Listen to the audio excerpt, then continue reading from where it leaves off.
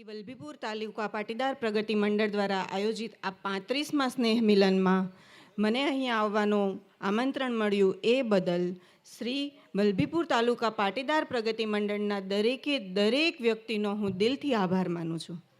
મારા વક્તવ્યની શરૂઆત કરતાં પહેલાં વલભીપુર તાલુકાના જે ભામાસાઓ કહેવાય એવા સ્ટેજ ઉપર ઉપસ્થિત અગ્રણીઓ, હું અમુક લોકોને ઓળખું છું, જેમ કે કેશુભાઈ ગોટી છે, જીવરાજભાઈ છે, જે શિક્ષણનું બીડું ઝડપી અને આ રાષ્ટ્ર માટે કાર્ય કરી રહ્યા છે.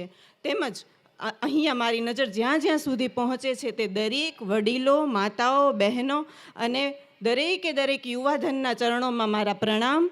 જય સ્વામિનારાયણ, જય શ્રી કૃષ્ણ, ગુડ ઇવનિંગ સાથે આપણે શરૂઆત કરીએ. સ્ટેજ ઉપર ઉપસ્થિત દરેક વ્યક્તિઓએ ખૂબ જ સરસ મજાની વાત કરી. હું તમને વાત કહું કે આજે મધર્સ ડે છે ને બહેનો?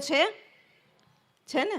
હા, તો મધર્સ ડે જેવું કંઈ હોતું નથી, પરંતુ માતા છે તો દરેક દિવસ છે. આ યાદ આપણે મનુષ્ય તરીકે ક્યારેય ભૂલવી ન જોઈએ. ઠીક છે, આપણે ઉજવીએ છીએ દરેક દિવસોને, તો મધર્સ ડેને પણ આજે વલભીપુર તાલુકાએ ખૂબ જ સરસ રીતે ઉજવ્યો છે. અને હું તો એમ કહું છું કે દરેક દિવસની ઉજવણી આવી જ રીતે થવી જોઈએ કે જેમાંથી આપણે કંઈક ને કંઈક લઈને જઈએ. આ ભારતની ભૂમિ છે, આ કૌશલ્યાની ભૂમિ છે, આ રામની ભૂમિ છે, આ મીરાબાઈની ભૂમિ છે, આ મુરાની ભૂમિ છે.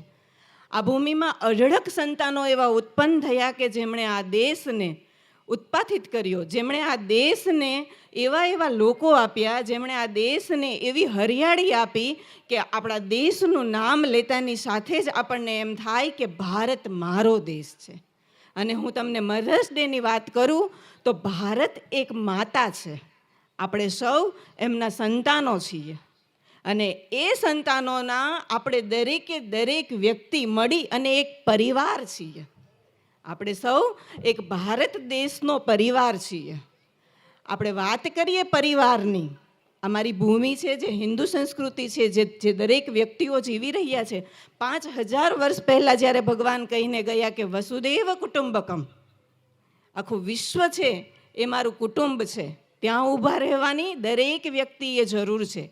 શિક્ષણ એમના અથાગ પ્રયત્નો કરી રહ્યું છે કે આજનું યુવાધન તન, મન અને ધનથી પોતાના પરિવારને અપનાવે, પોતાના માતા પિતાને અપનાવે, પોતાના સાસુ સસરાને અપનાવે, પોતાના પરિવારમાં રહેલા લોકોને અપનાવે અને સાથે દેશને અપનાવે.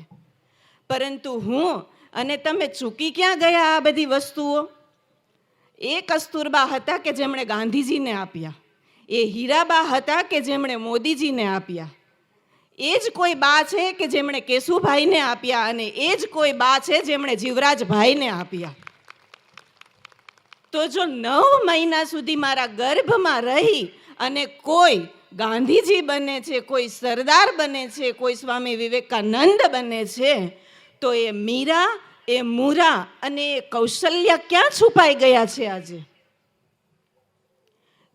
ઘરે તમે જુઓ, મને ઘણી બધી વખત હું ઘણી બધી સંસ્થાઓ સાથે જોડાયેલી છું. હમણાં શિવાનીબેન સાથે અમે ઇન્ડોર સ્ટેડિયમમાં કાર્યક્રમ કર્યો, તો મને પુરુષોની વ્યથા છે ને એ અઢળક દેખાય છે. બિચારા સાંજે વહેલા ઘરે નથી જતા. કેમ?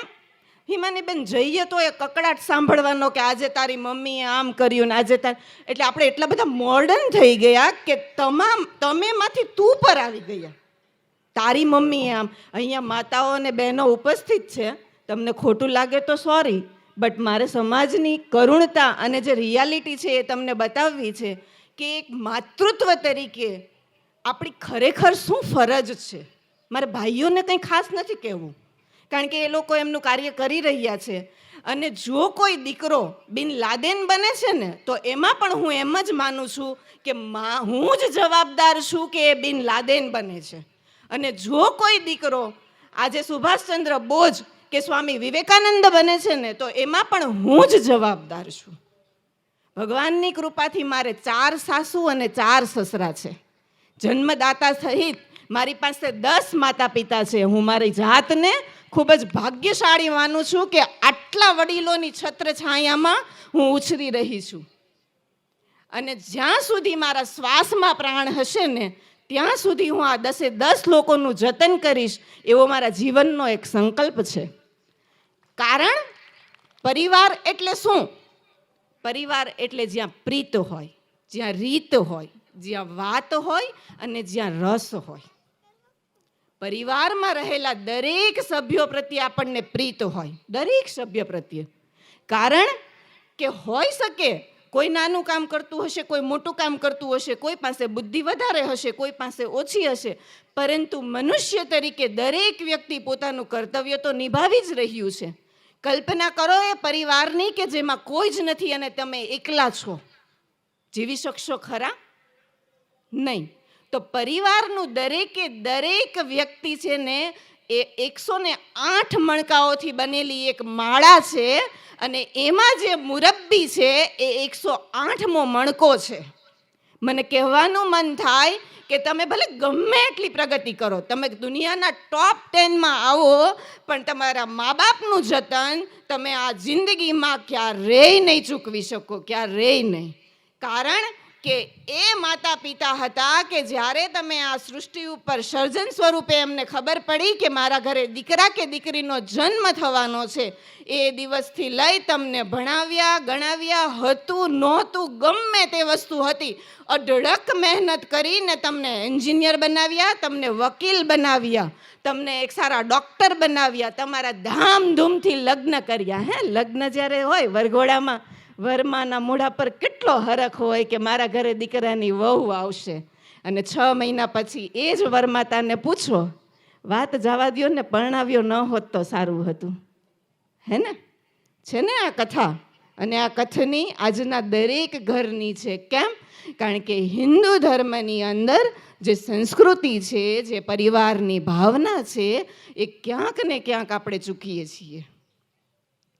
મને કહેવાનું મન એટલે થાય કે મારા ઘરના પુરુષને હાર્ટ એટેક આવે કેમ? એ સુસાઇડ કરવાનું વિચારે કેમ?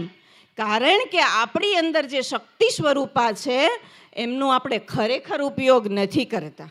અને આજકાલ તો એટલું બધું ગાંડું વલગણ વળગ્યું છે ને, રવિવારે નીકળો ને એટલે શનિવારે તો ચેટ બોક્સમાં અને ઇન્સ્ટાગ્રામમાં અને ફેસબુકમાં નક્કી થઈ ગયું હોય કાલે ક્યાં ફરવા જઈશું. આ રવિવારનું ફરવા જવાનું વલણ મને સમજણમાં નથી આવતું કે કેમ આટલું બધું ગાંડ પણ ચડ્યું છે કે રવિવાર આવે એટલે ફરવા જવું જ પડે. ક્યારેક રવિવારે આપણે બેસી અને આપણા દીકરા દીકરીઓને કે આપણા મા બાપને પૂછીએ, મારા ઘરમાં ઘરડા સાસુ છે, અમારા ઘરનો એવો નિયમ છે કે રવિવાર છે ને એ સમજુબાનો છે. એ એમ કે અહીંયા જવું છે બેટા બેસવા, મારે આમને મળવા જવું છે, તો ત્યાં જવાનું. સવારે કમ્પલસરી બાળકોને લઈને સ્વામિનારાયણ મંદિરે જવાનું, બપોર સુધી બાળકોને મંદિરમાં રાખવાના અને બપોર પછી બા જ્યાં કહેશે ત્યાં દિવસ વીતશે. એનો મતલબ એવો નથી કે તમે બહાર ન જાઓ, પરંતુ ખોટા અનુકરણ જે આપણે કરીએ છીએ એમાં આપણે ચેતવાની જરૂર છે. વ્યાપાર ધંધાઓ હોય, નોકરીઓ હોય, રોજગાર હોય, એમાં છે ને પુરુષ પીસાતા હોય બિચારા. જેમના ઘરે ધન ધાન્ય છે એમને પ્રોબ્લેમ નહીં આવે, પરંતુ એવું નથી કે એમને જોઈને આપણે પણ લાગી જ પડીએ કે રવિવાર આવ્યો નથી ને બહાર ફરવા જવાનું નથી. ક્યારેક થાંભવાનું, ક્યારેક એ ઘરના વડીલને પણ પૂછવાનું, ક્યારેક એ કમાતી વ્યક્તિને પણ પૂછવાનું કે તમે શું ઈચ્છો છો. અને સ્ત્રી તરીકે હું પણ કોઈકની વહુ છું, કોઈકની દીકરી છું અને કોઈકની માતા છું. મારા તમને 2 હાથ જોડીને વિનંતી છે, સાસુ વહુના આ જે ઝઘડાઓ ઘરે ઘરે જે ચાલી રહ્યા છે એના ઉપર પૂર્ણ વિરામ આપવાની જરૂર છે. બાકી આ દેશને ક્યારેય મહારાણા પ્રતાપ કે ગાંધીજી આગળ જતા નહીં મળે. મારી બહેનો, હું તમને વિનવું છું, એના ઉપર પૂર્ણ વિરામ મૂકવું પડશે. કેમ? કારણ કે ગર્ભમાં જ્યારે બાળકનો વિકાસ થાય ત્યારે આપણે શું કરવું જોઈએ? એ જીવન ચરિત્રો વાંચવા જોઈએ કે જેમણે અઢળક મહેનત કરી, જેમના જીવનમાં કેટલાય દુઃખો હતા, એમ છતાં પણ આજે આ ભારતને સુરવીરો આપ્યા. અને હું તમને એમ કહું કે મારા અને તમારા જીવનમાં મીરાબાઈ જેટલું દુઃખ છે ખરું? છે કોઈના જીવનમાં એટલું દુઃખ? રાણાજીએ ઝેર આપેલું હતું, આપણા રાણા ઝેર નથી આપતા બિચારા, હે ને? તો સંગત એવા લોકોની કરો કે જે તમને એમ શીખવે કે પરિવાર છે તો તું છો.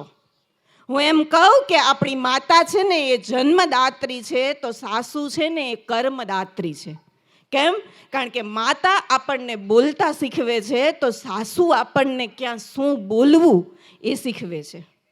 એ લાપસી બનાવતા આપણને એટલા માટે શીખવે છે કે કાલે સવારે મારી વહુને કોઈકની સામે લાપસી બનાવવાની થાય ને તો એમની કોઈ વાત કરીને ન જાય કે એમને લાપસી બનાવતા નથી આવડતી. એ દ્રષ્ટિ ઉપાડીને તો જુઓ કે તમારા અને મારા પતિ જે આપણને મળેલા છે એમાં એ મા બાપે કેટલો બધો ભોગ રેડ્યો છે, ત્યારે એ આપણને મળેલા છે. અને આજકાલ ફેશનમાં આપણે એમ કહી દઈએ કે માનો થઈ ગયો. એ માનો હતો, છે અને રહેશે. એનાથી એને કોઈ જ અલગ નહીં કરી શકે. મારી તમને રિક્વેસ્ટ છે, અલગ રહો છો, ખુશ રહો. ભલે 2 ભાઈ હોય, 5 ભાઈ હોય, અલગ રહો છો તો પણ પરિવારમાં અઠવાડિયામાં 2 દિવસ એકબીજાની ઘરે હેત ભાવ સાથે જમવાનું રાખો. અને જોઈન્ટ ફેમિલીમાં રહો છો તો ભગવાનનું એટલું સદભાગ્ય માનો કે વડીલોની છત્ર છાયામાં તમારા દીકરા દીકરીઓ મોટા થશે. એ સીતાજીને અબળખો રહી ગયો કે કૌશલ્યાની આંગળીએ એમના દીકરા દીકરીઓ મોટા ન થઈ શક્યા. જ્યારે આપણી પાસે હયાત છે એ માતા પિતા, જેમની આપણે કદર કરવી જોઈએ. આજકાલ આપણે ડિગ્રી લઈ લઈએ એટલે આપણને એમ થાય કે ઘરે રહેલા મા બાપને શું ખબર પડે છે. તમે જોવો જે કેશુભાઈ ગોટી અને જીવરાજભાઈ અને આ સુરાણી પરિવારના મુરબ્બીઓ છે, એમના માથા ઉપર સફેદ વાળ થઈ ગયા છે, એમ છતાં પણ આજે એને ખબર છે કે સમાજને શેની જરૂર છે. એ રાષ્ટ્રનું અભિયાન ચલાવી રહ્યા છે, એ શિક્ષણનું અભિયાન ચલાવી રહ્યા છે.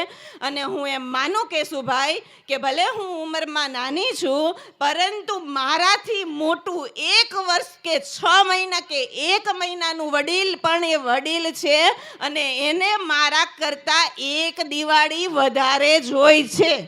એટલે એને પૂછવાનું રાખો.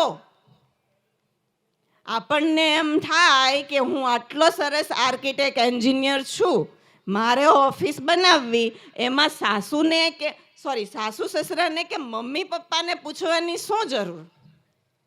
પરંતુ એણે મારા કરતાં વધારે દિવાળી જોઈ છે, એટલે એને ખબર પડે કે 60 રૂપિયાની ખુરશી લેવાની હોય યા તો 50 રૂપિયાની ખુરશી લેવાની હોય તો બેટા તારે પહેલા વર્ષે 30 રૂપિયા જ ખર્ચાય અને 30 બચાવાય. આ એને ખબર પડે છે. અહીંયા આપણે ચૂકીએ છીએ. સંયુક્ત પરિવાર, તમારો પરિવાર તમારી સાથે હશે તો એક સાવરણી બરાબર છે કે જે ગંદકીને બહાર કાઢી શકશે. અને જો તમે એકલા થઈ જશો તો કચરો થઈ જશો કે બીજી સાવરણી તમને બહાર ફેંકી દેશે. આપણી વર્ષો પુરાણી કથામાં રાવણે અંત સમયે કીધું કે રામ, તમે એટલા માટે જીતી ગયા કે તમારો ભાઈ તમારી સાથે હતો. હું એટલા માટે હારી ગયો કે મારો ભાઈ તમારી સાથે હતો. કોઈને એટલા પણ લાચાર ન કરી દો. કોઈ વ્યક્તિને તમારા ઘરે આખો દિવસ કમાઈને આવતું, સાંજે એ વ્યક્તિત્વના ચહેરા ઉપર હસી રહે, ખુશી રહે, તમને જોઈ અને એની ઉર્જામાં વધારો રહે. એવી અહીંયા બેઠેલી દરેક બહેનને મારી વિનંતી છે કે જીવન એવું જીવવું જોઈએ યાર. આ શું છે કે સાસુએ આમ કીધું ને વહુએ આમ કીધું ને, મૂકો ને, કાલે સવારે મરી જવાના છીએ. શું ભેગું લઈ જવાના છીએ? આજના આર્કિટેક્ટ જમાનામાં અહીંયા બેઠેલું વ્યક્તિ મને 100% એમ કહી શકે કે મારો ફોટો મારા જતા રહ્યા પછી દિવાલ ઉપર આટલી પેઢી રાખશે. કોઈને કોન્ફિડન્સ ખરો? કારણ કે આજકાલ તો પેલું ના પાડે ને કે ખીલી નહીં લગાવવાની એમ. તો કાર્ય એવું કેમ ન કરીએ કે લોકોના હૃદયમાં વસીને જઈએ? જીવન એવું કેમ ન જીવી જઈએ કે લોકોને એમ થાય કે આના વગર તો મારી જિંદગી અધૂરી છે? આપણા ઘરને પણ ખાલીપો પડી જવો જોઈએ એવું જીવન આપણે કેમ ન જીવી શકીએ? એનું કારણ એ છે કે આપણે ધર્મથી દૂર થઈએ છીએ. કપાળે ચાંદલો નહીં, શેથામાં સિંદૂર નહીં, હાથમાં બંગડી નહીં, અને આપણે નીકળી પડ્યા મોડર્નાઇઝેશનમાં. એ સાસુઓને પૂછો જેમને કેટલી પીડા થતી હોય કે એમના દીકરા હયાત હોય અને તમે હાથમાં બંગડી નથી પહેરતા કે કપાળે ચાંદલો નથી કરતા. એની પાછળ ઘણું બધું સાયન્સ છે. બુદ્ધિની પૂજા કરવી જોઈએ. ઘરમાં રહેલા જે કંઈ પણ તમે દેવી દેવતાઓને માનતા હોય એમનું પૂજન કરવું જોઈએ. સાસુ સસરાને સવારે પગે લાગવું જોઈએ. ઘરના વડીલોને એમના ડેઈલી આશીર્વાદ લેવા જોઈએ. અને મારા જીવનના અનુભવ ઉપરથી કહું, મારો જન્મ થયો ત્યારથી મેં એવી કોઈ ખાસ ફાઇનાન્શિયલ કન્ડિશન મારા જીવનમાં નથી જોઈ. એમ છતાં પણ મારું કામ કંઈ અટક્યું નથી અને આજે હું સારામાં સારા લેવલે બિઝનેસ કરી શકું છું. એક અને માત્ર એક જ કારણ કે આ 10 વડીલોના હાથ મારા માથા પર છે. એમના દિલને નુકસાન પહોંચે કે એમના દિલને ઠેસ પહોંચે એવું મારું ક્યારેય પણ વર્તન રહ્યું નથી. કેમ? કારણ કે જો એ પણ કોઈના માતા પિતા છે અને હું પણ કાલે સવારે માતા પિતા બની અને આવતા સમયમાં હું પણ કોઈની સાસુ બનવાની છું, તો એવું વર્તન જ શા માટે કરીએ કે જે આપણને નથી ગમતું એ આપણે બીજા સાથે કરીએ? અને આજકાલ તો એટલો બધો ક્રેઝ ચાલ્યો છે ને, ખબર શું? અહીં તને એક વાત કહું, કોઈને કહેતી નહીં હો. આ છે ને બહુ જ ધમધમતું ઝેર છે, કોઈને કહેતી નહીં. તમે અને હું કર્મના એ ચક્રમાં જોડાયેલા છીએ કે જેમાંથી આપણે ક્યારેય છૂટી નહીં શકીએ. જેવું કર્મ તમે કરશો, આ પૃથ્વી ગોળ છે, ફરીને તમારી પાસે આવશે ને આવશે જ. પરંતુ એ પહેલાં આપણને વિચાર કેમ નથી આવતો કે મારા ગર્ભમાંથી મારે એને જન્મ આપવાનો છે, તો હું કેવી હોવી જોઈએ? આજકાલ આપણને આ બધું દેખાતું નથી કારણ કે આપણે અનુપમામાં ગુમ છીએ. આપણે નેટફ્લિક્સમાં એટલા બધા ગુમ થઈ ગયા કે વિરાટ કોહલી અનુષ્કા શર્માને કેટલો પ્રેમ કરે છે એ દેખાય છે. મારા ઘરનો ચિરાગ કે છગન કે મગન મને કેટલો પ્રેમ કરે છે એ ક્યારેય દેખાતું નથી. આ સોશિયલ મીડિયાએ આપણને એટલા બધા ટેપ કરીને રાખેલા છે કે એક દિવસ આપણે પાગલ થઈ જઈશું. અને હું તમને કહું, પરિવાર વગર 5 દિવસ પણ આપણે ફરવા ગયા હોય તો એ આપણને આપણા ઘરની યાદ આવે. તો એવું તો શું છે એ ઘરમાં કે એની યાદ આવે છે? મનુષ્ય માત્રનો નિયમ છે, એ એકલો ક્યારેય જીવ્યો પણ નથી અને જીવી પણ નહીં શકે. અને મારી માતાઓ અને બહેનો, એ પરિવારને સ્વર્ગ બનાવવું, મંદિર બનાવવું કે એક સ્મશાન બનાવવું એ તમારા અને મારા હાથની વાત છે. કારણ કે કેશુભાઈ કે જીવરાજભાઈ કે સુરાણી પરિવાર તમારા અને મારા ગર્ભમાંથી જન્મ લે છે. જો એ બની શકતા હોય તો તમે ને હું કેમ નહીં? જીવનમાં અમુક 4-5 સૂત્રો અપનાવવા જોઈએ, જેમ કે સત્યને થામો. હંમેશા છે ને સત્યનો સાથ આપો.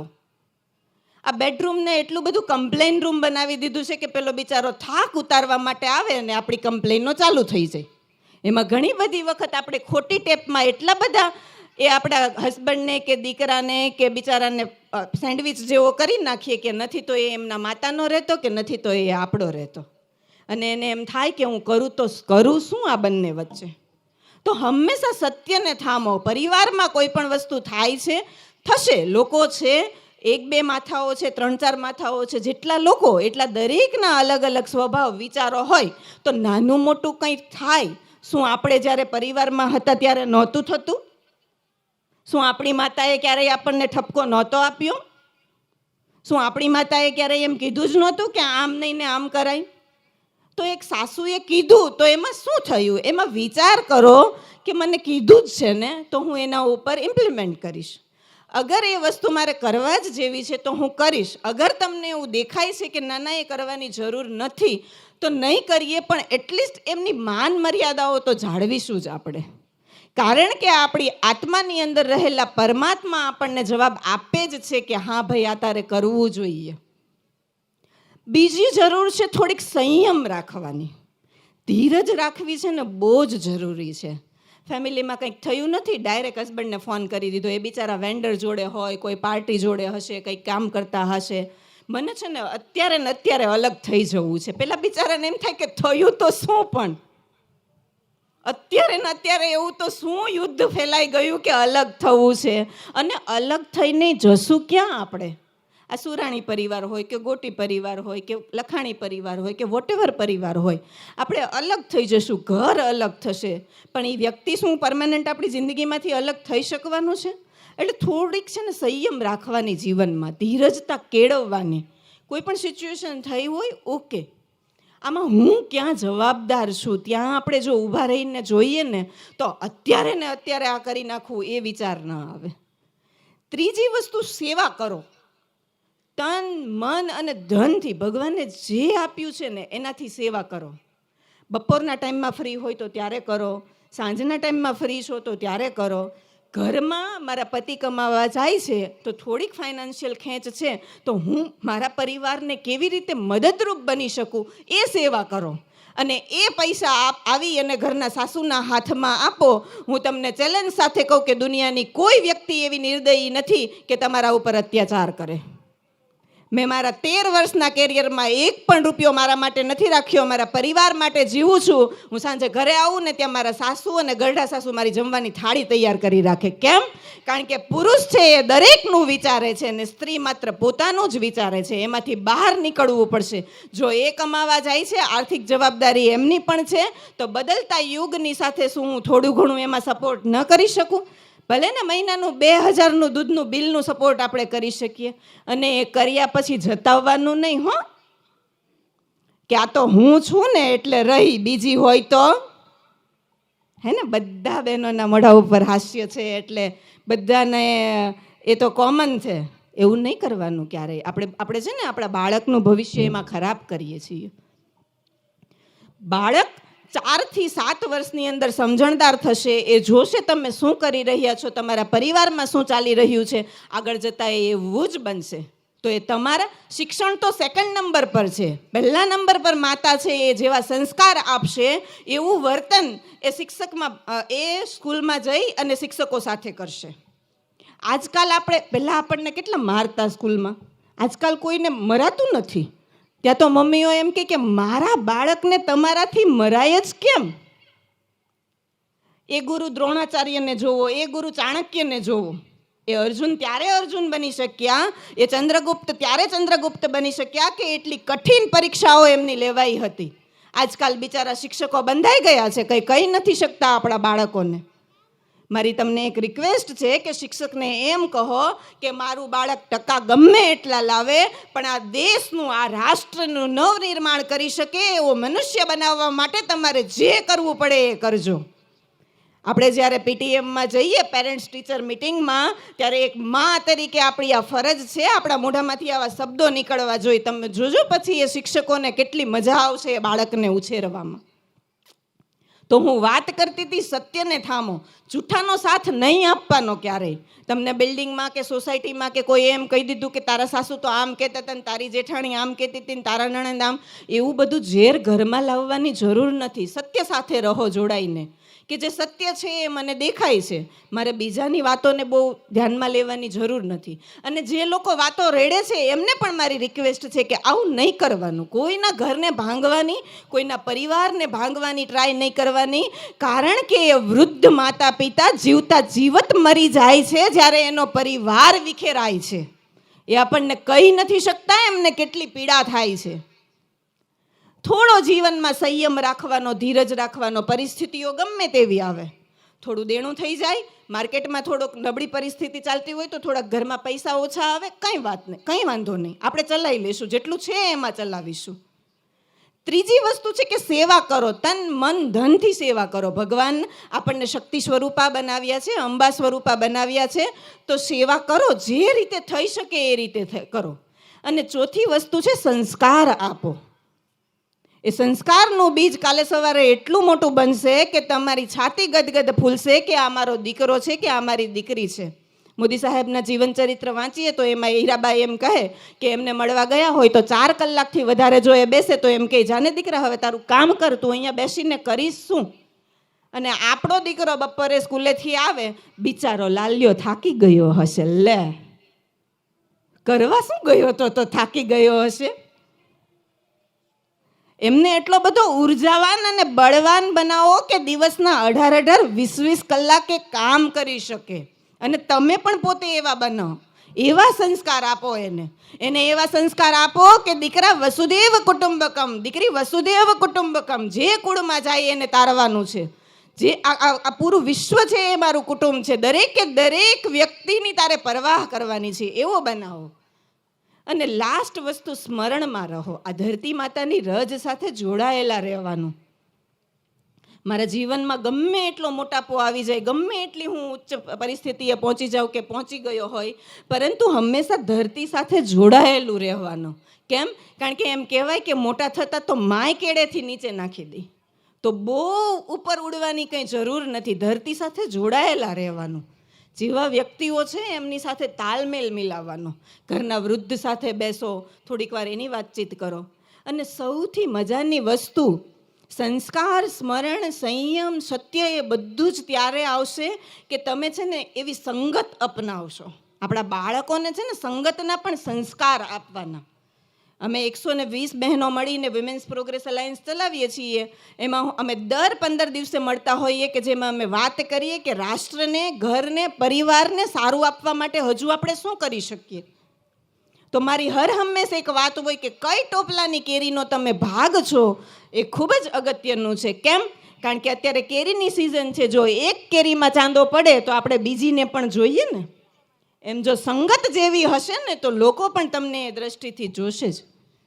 વલભીપુર તાલુકો આટલો બધો હરિયાળો છે અને હરિયાળો રહે જ એવી પરમ કૃપાળુ પરમાત્માને મારી પ્રાર્થના. પરંતુ મારે તમને દરેક બહેનોને એવું કહેવું છે કે ઘરને મંદિર અને સ્વર્ગ બનાવવાની જવાબદારી તમારી અને મારી જ છે બહેનો.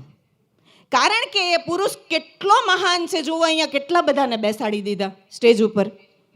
આપણને એમ છે કે એ આપણને માન સન્માન નથી આપતા ને આગળ વધવા નથી દેતા. નહીં, મનુષ્ય તરીકે તમને અને મને આગળ વધતા કોઈ જ અટકાવી નહીં શકે.